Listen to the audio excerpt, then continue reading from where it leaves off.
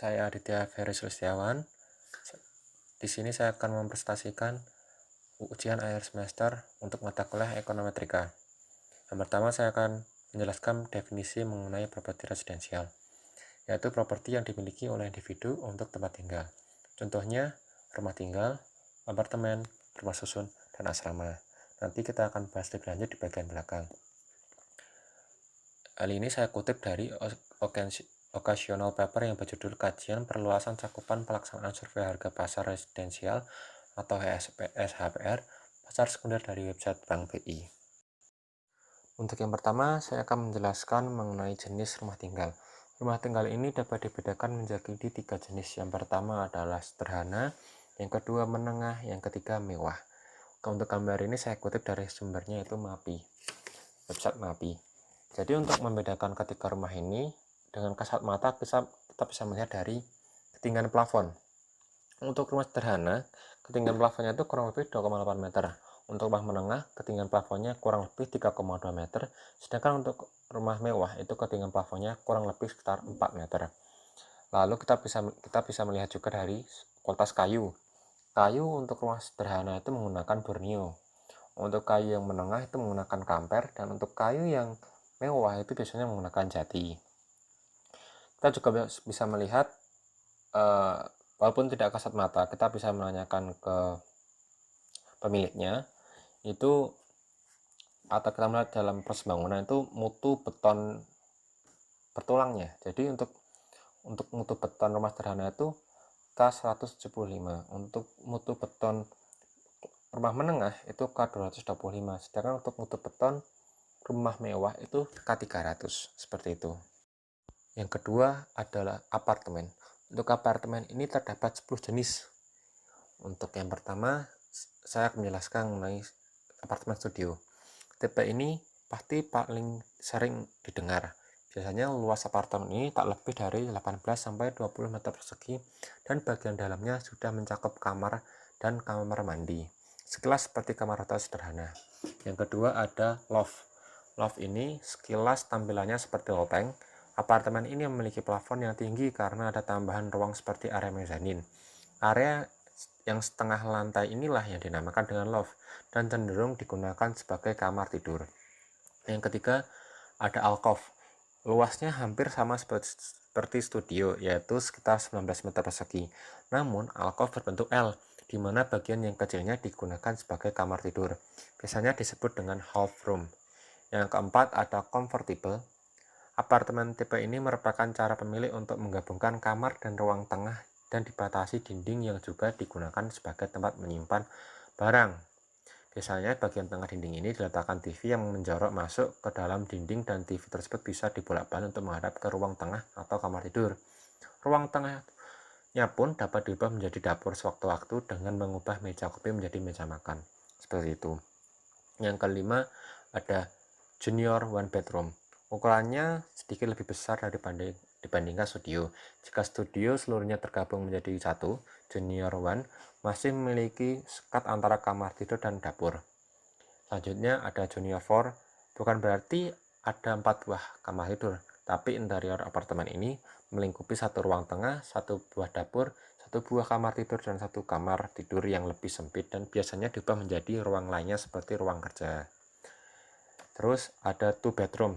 Nah, luas apartemen ini sedikit lebih besar dibandingkan junior 4 karena ada 2 kamar tidur yang ukurannya sama besar atau hanya berbeda sedikit. Lalu ada pula dapur dan ruang tengah. Selanjutnya ada duplex dan triplex, yaitu apartemen yang bertingkat sehingga sekilas mirip rumah tinggal. Lantai kedua dan tiga hanya digunakan sebagai kamar saja. Selanjutnya ada classic six. Di Eropa dan Amerika Serikat, apartemen tipe ini dibangun di gedung yang sudah berusia tua namun masih sangat kokoh. Memiliki 3 kamar tidur yang ruangannya luas serta dapurnya pun cukup besar. Lokasi apartemen ini cenderung berada di area yang populer, misalnya di New York, apartemen ini berada di Upper East Side. Seperti itu. Selanjutnya yang terakhir ada garden apartemen. Istilah ini berlaku untuk 2 jenis apartemen. Pertama, apartemen ini menghadap ke taman. Kedua adalah tipe apartemen yang terletak di basement sehingga jendelanya lebih rendah dibandingkan pekarangannya. Yang ketiga ada rumah susun. Rumah susun ini jenisnya ada 4. Yang pertama rumah susun umum, yaitu maksudnya dibangun untuk memenuhi kebutuhan tempat tinggal bagi masyarakat yang berpenghasilan menengah ke bawah dan yang berpenghasilan rendah. Yang kedua ada rumah susun khusus yang dibangun untuk memenuhi kebutuhan khusus atau kebutuhan sosial. Yang ketiga ada rumah susun negara yang dibuat untuk dijadikan tempat tinggal bagi para pegawai negeri. Yang keempat ada rumah susun komersial yang dibangun untuk mendapatkan sebuah keuntungan dan diperuntukkan bagi masyarakat yang berpenghasilan menengah ke atas. Yang keempat ada asrama. Yang di gambar ini adalah asrama Bak Sumur UGM.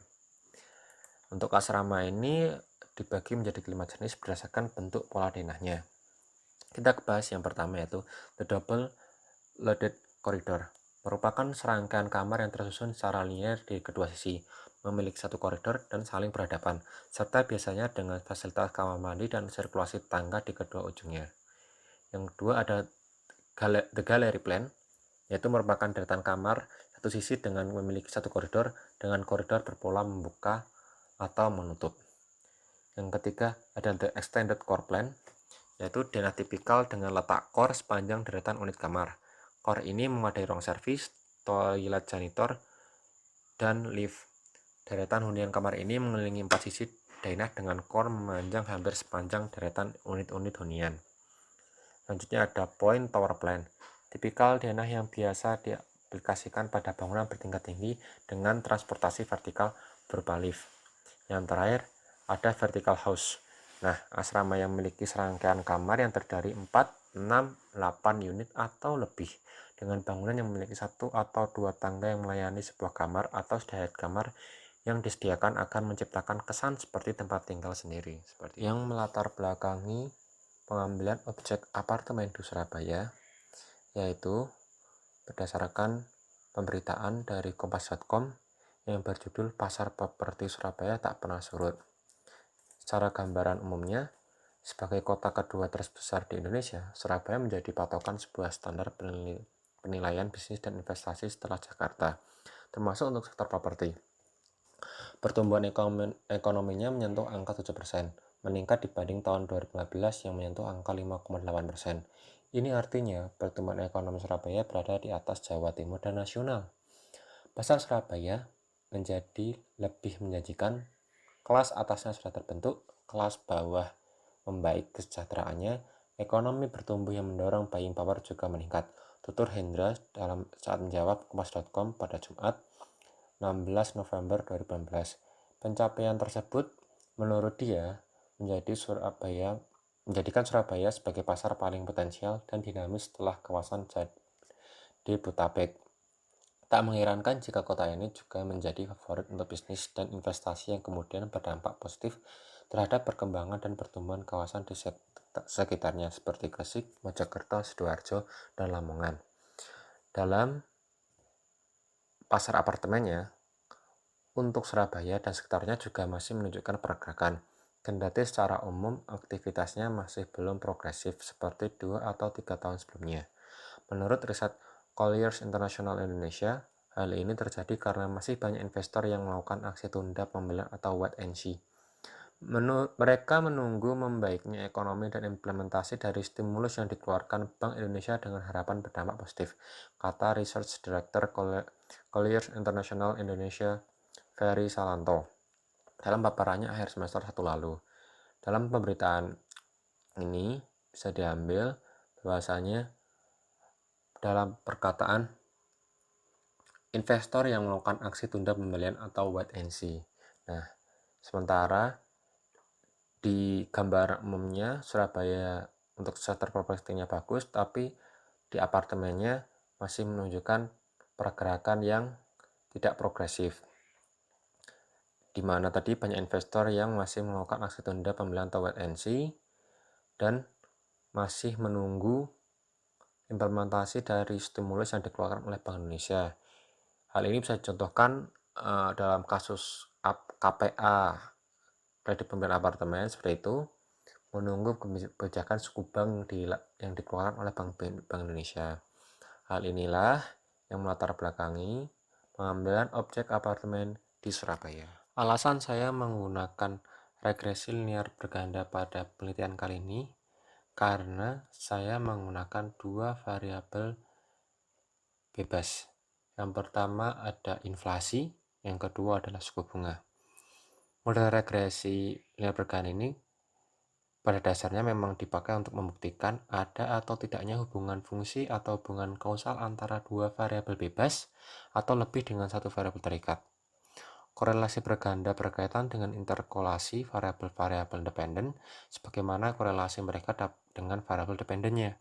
Selain itu, menurut Ridwan tahun 2012, korelasi ganda adalah suatu nilai yang memberikan kuatnya pengaruh atau hubungan dua variabel atau lebih secara bersama-sama dengan variabel lain. Nah, seperti halnya uji parametris lainnya, maka regresi linear juga mempunyai syarat atau asumsi klasik yang harus terpenuhi. Untuk uji asumsi klasiknya, kita akan lakukan nanti di bagian belakang. Nah, hal tersebut asumsi klasik itu harus diujikan karena agar model prediksi yang dihasilkan nantinya bersifat blue, yaitu Bayes linear unbiased estimation, seperti itu. Pada penelitian kali ini, saya mengambil referensi dari skripsi yang berjudul Analisis Faktor-Faktor yang Mempengaruhi Tingkat Investasi Sektor Properti di Jawa Tengah tahun 1982 sampai 2001 yang dibuat oleh Lely Triani dari Fakultas Ekonomi Universitas 11 Maret Surakarta. Dalam penelitian ini terdapat variabel dependen yaitu tingkat investasi sektor properti serta variabel dependen independennya yang kita lihat di bagian abstrak. Ada 3, yang pertama adalah inflasi, yang kedua suku bunga, yang ketiga adalah PDRB. Namun pada penelitian kali ini saya hanya mengambil 2, inflasi dan suku bunga. Setelah itu data yang saya ambil adalah penjualan apartemen di Surabaya yang saya ambil dari website Bank BI, data inflasi yang saya ambil dari BPS, dan suku bunga yang saya ambil dari BI, website Bank BI. Untuk datanya berjumlah 12 per 3 bulan dari tahun 2017 sampai 2019. Oke, untuk datanya kita kopikan ke dalam SPSS seperti ini. Setelah itu di variable view kita atur untuk tipenya numerik. Untuk measure-nya adalah scale. Lalu kita analyze, regression, linear. Nah, untuk dependennya kita masukkan Y. Tadi seperti ini datanya. Nah, pertama-tama kita masukkan Y ke dependent. X1 kita masukkan ke independen, dan X2 kita masukkan ke independen. Satu statistik, kita centang pada mode fit, collinearity, estimate, dan Durbin-Watson. Klik continue. Untuk plots, nah, untuk spreadsheet ini kita masukkan ke Y, dan Z-spread kita masukkan ke X. Setelah itu normal probability plots kita centang, klik continue. Untuk save, untuk unstandardized ini kita centang, terus kita klik continue, lalu kita oke. Nah, seperti ini. Nah, untuk penerjemahannya, nah ini untuk uji normalitas tadi yang sudah saya rangkum di Word. Yang pertama ada uji normalitas dengan metode grafik. Dilihat pada grafik ini, titik-titik menyebar sekitar garis dan mengikuti garis diagonal. Seperti ini. Sehingga dapat dikatakan data tersebut berdistribusi normal. Setelah itu ada juga menggunakan Kolmogorov-Smirnov, tapi nanti saya akan coba praktekkan di bagian belakang. Yang kedua ada uji multikolinearitas. Nah, cara mengetahui ada tidaknya gejala multikolinearitas ini dengan melihat nilai fifth, dan tolerance dengan ketentuan sebagai berikut, yaitu jika nilai fifth kurang dari 10 dan toleransinya lebih dari 0,1 maka dinyatakan tidak terjadi multikolinearitas, yang saya kutip dari Ghazali pada tahun 2001. Jadi dapat disimpulkan bahwasanya fifth-nya ini kurang dari 10 dan toleransinya lebih dari 0,1, maka kesimpulannya tidak terjadi multikolinearitas. Untuk uji heterokedastisitasnya, titik-titik menyebar di atas dan di bawah 0. Ini nolnya. Jadi titik-titik ini menyebar di atasnya dan di bawah 0 pada sumbu Y, sehingga dapat diambil kesimpulan bahwa tidak terjadi masalah heterokedastisitas pada model regresi tersebut. Setelah itu, untuk uji autokorelasinya, nah pada uji autokorelasi ini kita lihat di bagian Durbin Watson-nya. Setelah itu kita perhatikan pada tabel Durbin Watson. Saya akan perbesar. Di sini saya mengambil data N sama dengan 12, sehingga dapat diambil kesimpulan bahwasanya Durbin Watson 1,569 dari ini. Setelah itu DL itu dari ini. Setelah itu DU dari sini. Dan 4 min DU dari 4 kurangi DU ini. Nah, maka dapat diambil kesimpulan bahwasanya besaran Durbin Watson itu lebih besar daripada DL, lebih besar daripada DU, dan lebih kecil daripada 4 min DU, sehingga nilai Durbin Watson terletak di antara DU dan 4 min DU yang menghasilkan kesimpulan maka tidak terjadi autokorelasi. Untuk uji normalitas yang satunya, yang menggunakan Kolmogorov-Smirnov, itu dapat dicari dengan cara analyze, terus non-parametric test, kita klik legacy dialogs, dan sampel KS ini. Untuk unstandardized ini kita masukkan, kita OK. Nah, di sini dapat dilihat di bagian assign sig-nya ini 0,973 yang lebih besar daripada 0,05 yang memiliki arti bahwasanya tidak terjadi normalitas sesuai dengan metode grafik juga seperti ini.